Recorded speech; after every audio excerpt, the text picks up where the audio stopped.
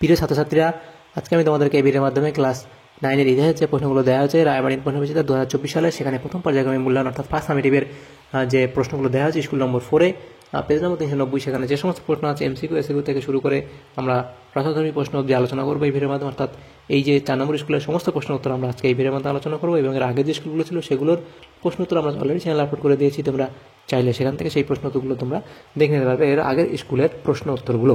তো আজকে দেখো 4 নম্বর স্কুল, সেই 4 নম্বর স্কুলের মধ্যে যে প্রশ্ন দেওয়া হয়েছে, প্রথমে এমসিকিউটাই প্রশ্ন বিভাগ কয়ের মধ্যে।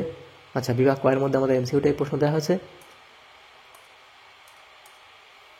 দেখো 4 নম্বর school Bardhaman CMS high school, সেখানে বিভাগ ক 10টা এমসিকিউটাই প্রশ্ন, 10 নম্বর এখানে নম্বর বিভাজন দেওয়া হয়েছে। প্রথম একের দাগের প্রশ্নে সঠিক উত্তরটি নির্বাচন করে লিখতে বলা হয়েছে। প্রথম প্রশ্ন, ফরাসি বিপ্লব শুরু হয় কত খ্রিস্টাব্দে? সেটা হবে 1789 খ্রিস্টাব্দে, অর্থাৎ অপশান বি তোমাদের এখানে সঠিক উত্তর হবে। নেক্সট প্রশ্ন, 2 এর দাগের বাস্তিল দুর্গের পতন হয় কখন? বাস্তিল দুর্গের পতন হয় কখন?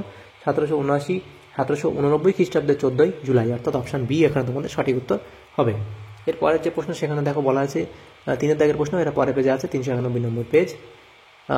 কাঁদিদ গ্রন্থটি রচনা করেন, কাঁদিদ গ্রন্থটি রচনা করেন, এটা কাঁদিদ গ্রন্থটি রচনা করেন ভলতেয়ার, অপশান এ। ফরাসি বিপ্লবের সময় ফ্রান্সের সম্রাট ছিলেন, এটা হবে ষোড়শ লুই, অপশান সি। নেক্সট প্রশ্ন, ফরাসি সংবিধান সভার কাজে বিশেষ সক্রিয় ছিলেন, এটা হবে মুনিয়ের, বার্নেভ এবং রোবসপিয়ার। তাহলে এখানে ডি তোমাদের সঠিক উত্তর হয়ে যাবে এই প্রশ্নের 5 এর দাগের প্রশ্ন। 6 এর দাগের প্রশ্নে বলা আছে তুলো একটি ফরাসি বন্দর, অপশান সি সঠিক উত্তর হবে। নেক্সট প্রশ্ন, ব্যাংক অফ ফ্রান্স প্রতিষ্ঠিত হয়, ব্যাংক অফ ফ্রান্স প্রতিষ্ঠিত হয় 1800 খ্রিস্টাব্দে, অপশান সি।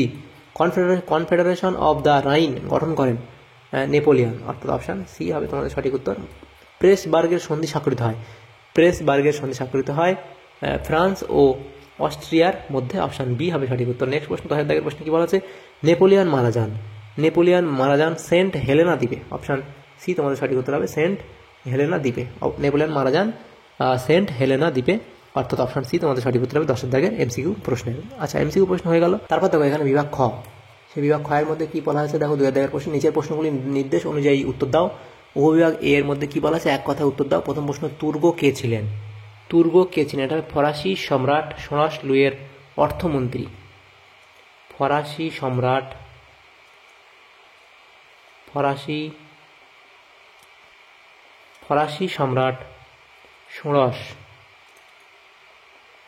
ষোড়শ লুইয়ের অর্থমন্ত্রী,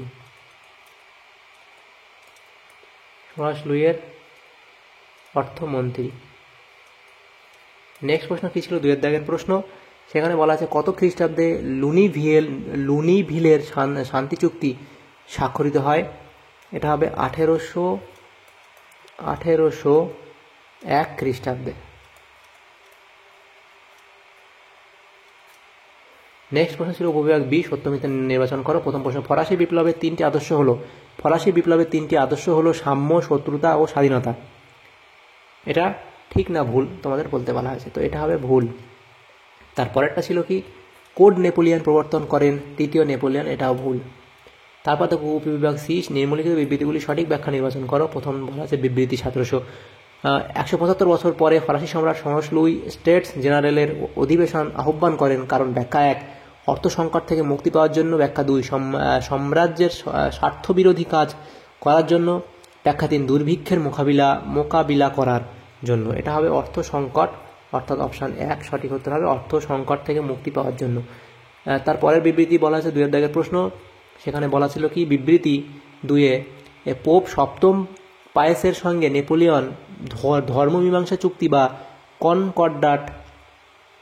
কনকর্ডাট স্বাক্ষর করেন কেন? ব্যাখ্যা 1 নেপোলিয়ন পোপের সঙ্গে যুদ্ধে পরাজিত হন, ব্যাখ্যা 2 খ্রিস্টান জগতে ধর্মগুরু পোপের সঙ্গে সব রকম বিরোধ নেপোলিয়ন মেটাতে চেয়েছিলেন, ব্যাখ্যা 3 নেপোলিয়ন অত্যন্ত ধর্মপ্রাণ মানুষ ছিলেন। এখানে তোমাদের হবে ব্যাখ্যা 2টা সঠিক উত্তর হবে, যে খ্রিস্টান জগতের ধর্মগুরু পোপের সঙ্গে সব রকম বিরোধ নেপোলিয়ন মেটাতে চেয়েছিলেন। তাহলে এখানে ব্যাখ্যা 2টা সঠিক উত্তর হবে। তাহলে বিভাগ ক্ষয়ের যে প্রশ্নগুলো ছিল সেগুলো উত্তর আমাদের হয়ে গেল। তারপরে দেখো বিভাগ গয়ের প্রশ্ন, সেই বিভাগ গয়ের মধ্যে দেখো কি বলা আছে? নিচের প্রশ্নগুলি 2-3টি বাক্য উত্তর দাও। প্রথম প্রশ্ন, শাকুলোত কাদের বলা হয়? ফরাসি সমাজে শাকুলোত বলতে বোঝাতো শহরবাসী খেটে খাওয়া সাধারণ মানুষদের। এর মধ্যে ছিল দিনমজুর, কুলি, মালি, ভিস্তি বা মানে জলবাহক, কাঠুরে, চাকর, গৃহবৃত্ত প্রভৃতি।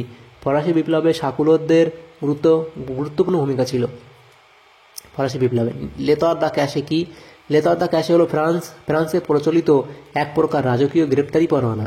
এই পরোয়ানার ভিত্তিতে রাজকর্মচারীরা যে কোনো ব্যক্তিকে গ্রেপ্তার করে বিনা বিচারে দীর্ঘদিন আটক করে রাখতে পারতেন। তৃতীয় প্রশ্ন, নীলনদের যুদ্ধ কবে কাদের মধ্যে হয়েছিল? 1798 খ্রিস্টাব্দে ইংল্যান্ড ও ফ্রান্সের মধ্যে হয়েছিল। টিলসিটের সন্ধিতে কোন কোন দেশ স্বাক্ষর করে?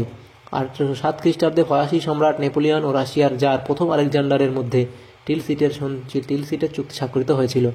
5 দাগের প্রশ্নে বলা আছে নেপোলিয়ন কোন দেশের বিরুদ্ধে এবং কোন মহাদেশীয় অবরোধ প্রথা প্রবর্তন করেন?